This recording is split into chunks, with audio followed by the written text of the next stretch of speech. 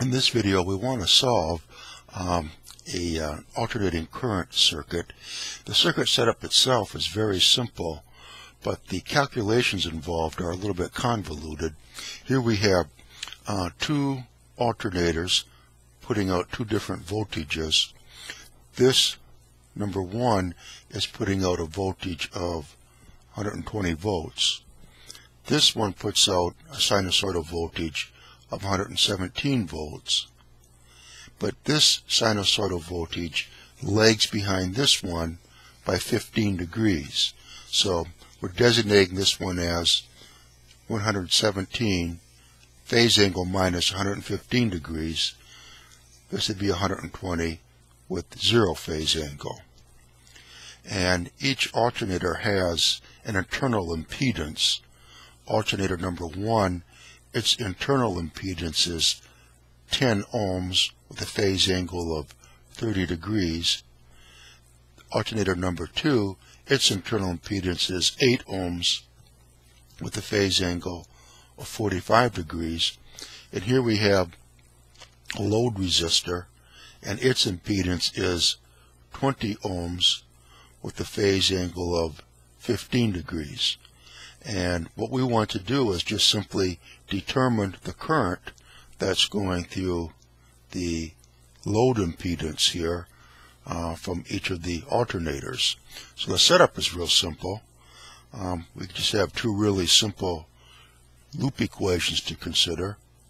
In loop 1, the voltage drops are current I1 times that impedance plus I1, and then current I2, that's going through the impedance ZL in the same direction, so it's going to be I1 plus I2 times ZL, and that has to sum up to be equal to E1. So there's the loop 1 current, and the loop 2 current is just as simple. We have I2 through Z2, that voltage drop, plus I2 goes through ZL plus I1. A lot of times when we're drawing our loop equations, as you saw in the previous videos, they're going in opposite directions, and we have them minus each other. But for this instance, they're going in the same direction, so we're adding them together through our common impedance here, the load impedance ZL. But it's a real simple setup then. These are the two loop equations, and with a little bit of algebra, we can get them into this form. Z1 plus ZL times current 1, ZL plus current 2 equals E1, ZL times current 1 plus Z2 plus ZL times current 2 equals E2. So here we have that.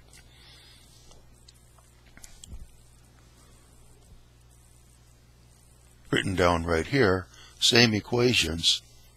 Now, let's say that we're going to solve then for current I1, and we're going to do it by using determinants. So we take the coefficients of I1, that's this and this, those we replace with E1 and E2. So that's right here. And the coefficients of I2, ZL, Z2 plus ZL, those remain the same. And then what's in the denominator, that is the coefficient of I1, these two coefficients, along with the coefficients of I2, ZL and Z2 plus ZL. This expression is what we have for current I1, and current I2,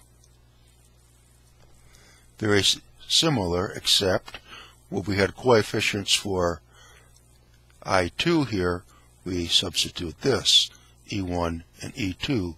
Everything else is the same. This denominator is the same as for I1. So what we're going to do is we have to add Z1 and ZL and Z2 and ZL. So let's see how we have things set up. And we're not going to do any longhand calculations. We already have them done ahead of time just because it takes so long to do all of these. But here are the expressions that we had for Z1, ZL, and Z2 in polar form. We want to add them, so we're going to convert them into their rectangular form. So for Z1, that's going to be its magnitude. Then we have the cosine of 30 degrees plus J and its magnitude times the sine of 30 degrees. And this is 1/2, so that comes out 5. This is the square root of 3 over 2, which is 0.866, or multiply it by 10. We have 8.66. And then it's the similar setup for ZL. Here we have its magnitude, 20 times the cosine of 15 degrees, plus J, its magnitude 20, times the sine of 15 degrees. And when we look these up in the tables and do the multiplications, we get 19.32 plus J, 5.18. And now for Z2, it's 845. So we have the magnitude 8 times the cosine of 45 degrees plus magnitude 8J times the sine of 45 degrees. And the cosine of 45 degrees and the sine of 45 degrees are the same. They're the square root of 2 over 2. So we get 5.6 plus J, 5.6. Okay, so now we had to add Z1 plus ZL and Z2 plus ZL. So here is Z1, here is ZL. We have it all written out here. So we're going to be adding 8.66 plus 19.32. We get 27.98. Add these, we get J, 10.18. Then we had to add Z2 plus ZL. So adding these, we get 24.92, and adding these, we get 10.78. So that's some of the calculations that we had to do. Now, let's go back though and look. Not only do we have to figure out what they are, but we're going to multiply them when we evaluate our determinants. So we found out what they are, we just did it, but if we're going to multiply these expressions, the easiest way to do it is when they're in polar form. So now we're going to take our rectangular expression for these sums and convert them into polar form. So that's what's coming up next. Let's see, we have Z1 plus ZL in rectangular form. We had this expression. So now we're going to put that in polar form. So we have the square root of this squared plus this squared. And the phase angle is going to be the inverse tangent of this divided by this. And we get here then for that squared plus that squared, take the square root, we have 29.77. This is the inverse tangent of 0.364. We looked at the tables, that's very close to being 20 degrees. So Z1 plus ZL, this is in rectangular form. Now here it is in polar form. And Z2 plus ZL, in rectangular form it was this. Now to get into polar form we need the magnitude. It's a square root of that squared plus that squared. We get 27.15. The phase angle, it's the inverse tangent of this divided by this. And that comes out to about 0.432. We look up in the tables, that's an angle of 23 4/10 degrees. So Z2 plus ZL we had in rectangular form like this. In polar form it is like this. Now, remember, for I1 and I2, the denominator is the same in each case, and that's what we're going to consider right now. The denominator part of the expressions for both I1 and I2. And that's this. Z1 plus ZL, we now have that in polar coordinates. Z2 plus ZL, we now have that in polar coordinates. And ZL, that was 20 with a phase angle of 15 degrees. And it appears also up here. So now we have to multiply this times this minus this times this. So multiplying, that's going to be 27.15 times 29.77. We get 808. Then add these two angles and we're multiplying. When you multiply polar vectors, multiply their magnitudes, add their angles. That's 43 4/10. Then it's minus this times this. That's 400. This is 30 degrees. 15 plus 15. Okay, so now we have that our denominator in the matrix is this, but now we have to convert this into rectangular form so we can do the subtraction. So now we have 808 times the cosine of 43.4 degrees plus 808 times the sine, and there should be a j right here. Let's put that in. Then from here we have minus 400 times the cosine of 30 degrees minus 400 j times the sine of 30 degrees. And when we look this up and multiply, we get here, get it in better focus, 586 8/10. When we look the sine of this up and multiply, we get j 555. For here, 400, the cosine of 30 degrees, we get 346. The sine of 30 degrees, that's 1/2, so that's minus 200j. So now we're going to this, subtract this, we have about 240, and then the j component is this minus this, that's j 355. So for I1, let's take a look at that. That I1 matrix now looks like this. You have to still work out the numerator, but the denominator is this. Okay, and we said that E1, that was 120 degrees, and that is from right here. E2, that was 117 with a phase angle of minus 15 degrees. That's right here. Here is ZL, and here was Z2 plus ZL that we determined earlier in polar form, is this.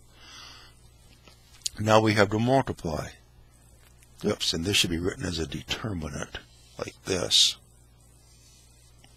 And now we multiply this times this minus this times this, divided, of course, by that same denominator. So multiply this times this, 120 times 27.15, we get 32.58. Add the angles, just adding 0 to that, so that's still 23.4. Now here it's going to be multiplying this times this. Of course, we're subtracting that. This is a determinant. 20 times 117, we get 2340. 15 minus 15, add the angles, that's now going to be 0 degrees. Now we want to subtract these two vectors. So to subtract them, we have to get them in rectangular components. So we're doing the same old thing again. this polar vector in rectangular form, it's going to be its magnitude times the cosine of that angle plus its magnitude, j times the sine of that angle. And here we have this minus 2340 divided by the same denominator. Now when we look up the cosine and multiply it by 3258, we get 2991. We look up the sine and multiply by 3258, we get 1239. We have that written down right here.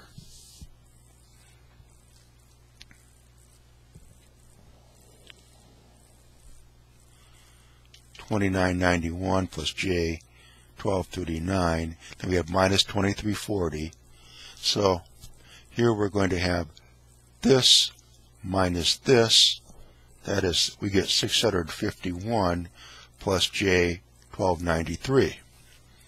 Now, finally, to determine what I1 is, we have to do this division, and usually multiplications and divisions are performed when they're in polar form.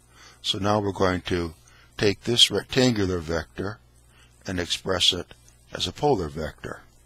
And of course, it's the same method. Its magnitude will be the square root of this squared plus that squared. We have this right here. Its phase angle will be the inverse tangent of this divided by this. And for here, we get that's approximately 1,448. This is the inverse tangent of 1.986. We look it up in the tables, and that's about 63 4/10 degrees. So our numerator, this vector, rectangular form is like this. Polar form, it is like this. Now the denominator, that is this, we have to get that into polar form.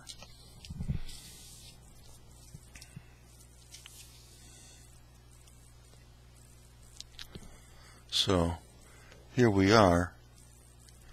To get that into polar form, its magnitude will be the square root of that squared plus that squared. The phase angle will be the inverse tangent of this divided by this. We get 428. This is an inverse tangent of 1.48. We look it up in the tables, that's 56 degrees.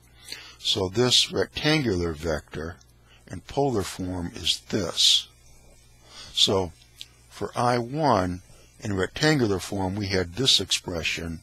In polar form, it is this expression. Now, to determine what I1 is, it's going to be this divided by this, divide the magnitudes, and subtract the angles. So finally, there is current I1. Now, we have to go through the same process in order to find current I2. Its matrix, the matrix for I2 was this.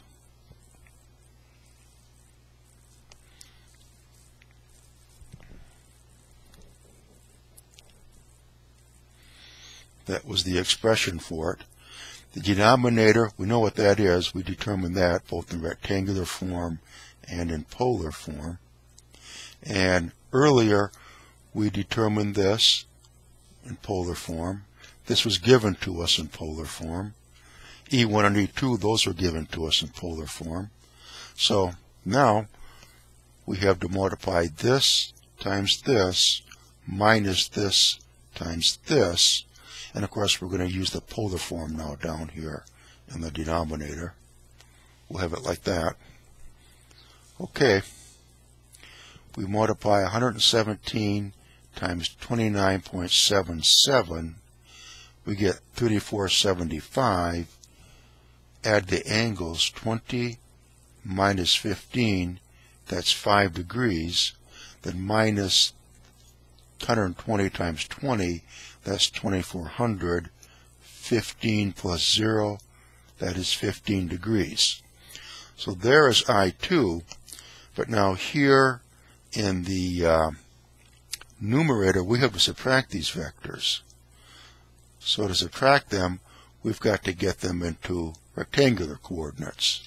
So here we have, it's going to be 3475 times the cosine of 5 degrees, and j 3475 times the sine of 5 degrees, minus 2400 cosine of 15 degrees, minus j 2400 times the sine of 15 degrees. And of course, for now, the denominator stays just like that. Now, when we multiply 3475 by the cosine of 5 degrees, we get 3461 for this. 3461. We multiply that by the sine of 5 degrees, and we get 302.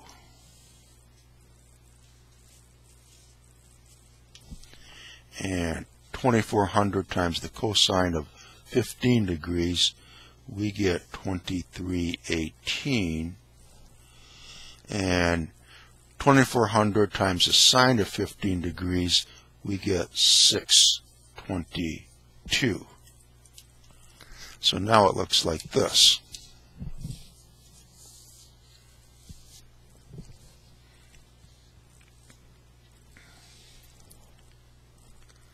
I2. We're going to subtract these vectors, so we have this minus this, and we get 1143. This minus this, we have minus j 320. Now, to determine what I2 is, we have to do a division, so we're going to convert this into polar form. So that will be, the magnitude will be the square root of that squared plus that squared, and we get 1187. And now for the inverse tangent, we have to be careful here, because the way this is set up, we can say, okay, it's going to be 320 divided by 1143 to get the magnitude, or that's the inverse tangent of 0.28, and that's 16 degrees, but we have to be careful now of our expression. We have a minus sign here, and remember, back in video 69 or 70 or 71, somewhere back there, when we were discussing expressing vectors in rectangular form, that this is like the x component of the vector, or the cosine of an angle. This is the y component of the vector, or it's the sine of some angle, and this is negative. So what it means is that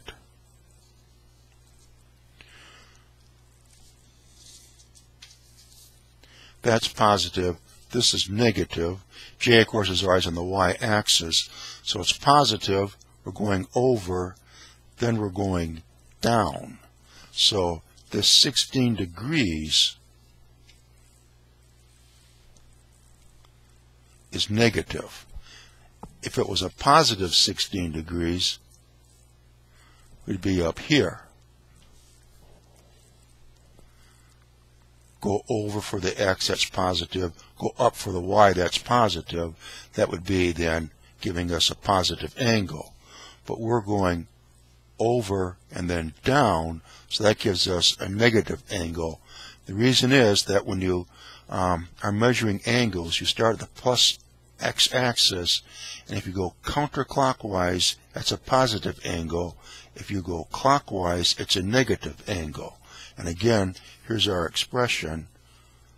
That's positive. On the y-axis, that's negative. So we're going over and then down. So that means then that we're going clockwise. That's a negative angle.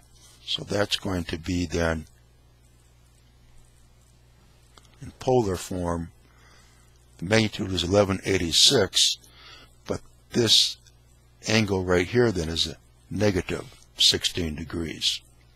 So that then, I think, is what we have then for I2. It's in this form. So let's sort of collect where we're at right now. We have, no, it is not. This right here, that is this right here. That is the numerator. Now we have to divide this 1187 minus 16. That has to be divided by this. So let's go over to here. This equals 1187 minus 16 degrees. This rectangular form here in polar form comes out like this, divided by 428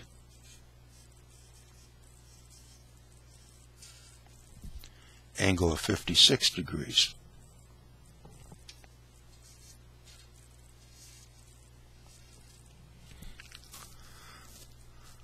Okay, we divide 1187 by 428, we get 2.8. And the angle is, now we're subtracting angles here, so we have to be careful because one of them is negative. But here then, minus 16 minus 56, that's minus 16 plus minus 56, so that's minus 72 degrees. And that finally then is our value for I2. So since we stalled here a little bit, let's just make certain we've done this correctly. This numerator in rectangular form was this. To get it in polar form so we can do the division, we have to know its magnitude, that squared plus that squared. Take the square root of it, we get this.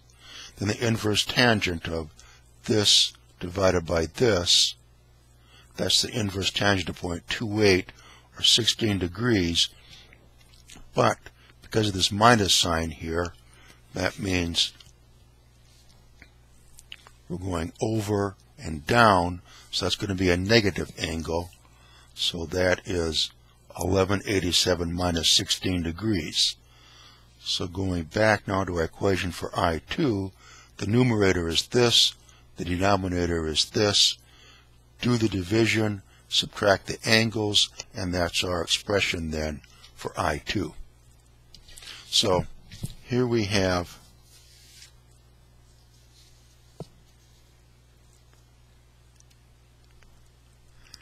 this is what we determined for I1. Here is I2 in polar form.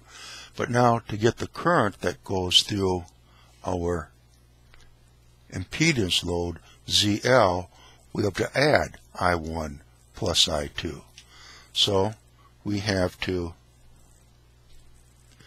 convert these into rectangular form, then we can do our addition.